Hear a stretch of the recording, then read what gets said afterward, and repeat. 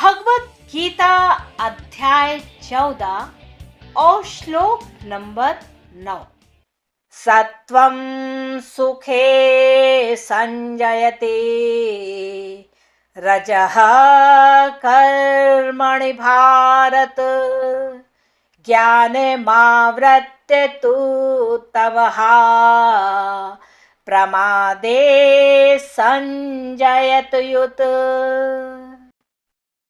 भगवत गीता के अध्याय 14 और श्लोक नंबर 9 में कि भगवान ने कहा कि जो सतोगुण मनुष्य को सुख से बांधता है, तो सबसे पहली बात यह गांठ बांध लेना कि जब आप सत गुण में होते हैं तो आपको सुख की अनुभूति होती है, उसका आनंद मिलता है। और रजोगुण क्या है कि रजोगुण सकाम कर्म से बांधता है और वहीं तमोगुण मनुष्य को ज्ञान को ढककर उसे पागलपन में बांधता है।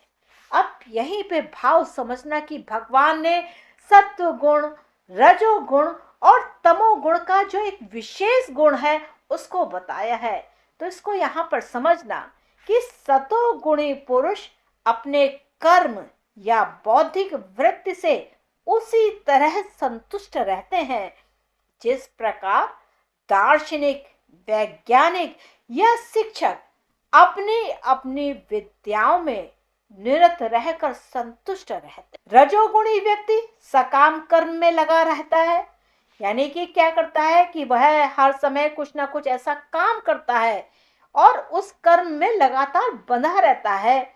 वह यथासंभव धन प्राप्त करके उसे उत्तम कार्यों में व्यय करता है, यानी कि उसने धन तो कमाया लेकिन उसने जो खर्च किया वह उत्तम कार्यों में लगाया।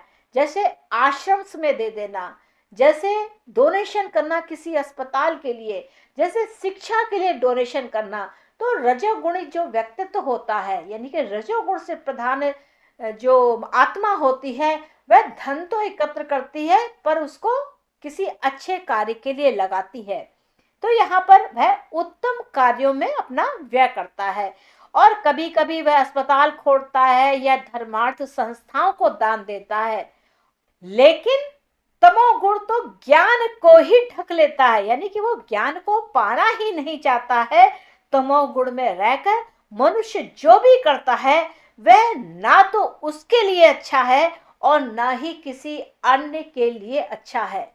अब यहाँ पर तमोगुण को समझ लेना कि तमोगुण आपको सुख और आनंद नहीं दे सकता।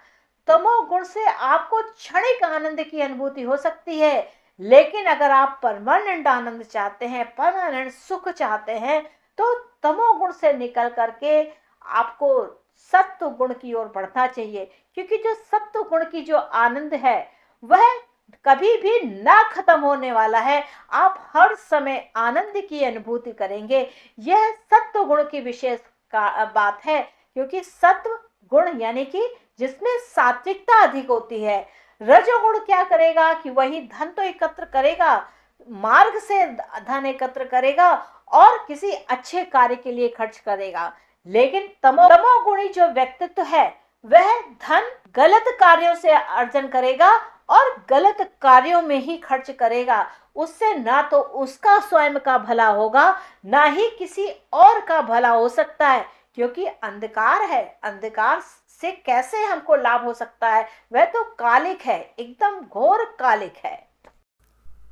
हरे कृष्णा मित्रों, आशा है कि आपको यह एपिसोड्स अच्छे लगे होंगे। इसकी जो सीख है वो अगर आपको जरा भी प्रभावित करती है तो आप इस चैनल को सब्सक्राइब करें और अपने मित्रों के साथ, अपने परिवार के साथ इसको अवश्य ही शेयर कीजिए और कमेंट के माध्यम से बताएं कि आपको यह एपिसोड कैसे लगे।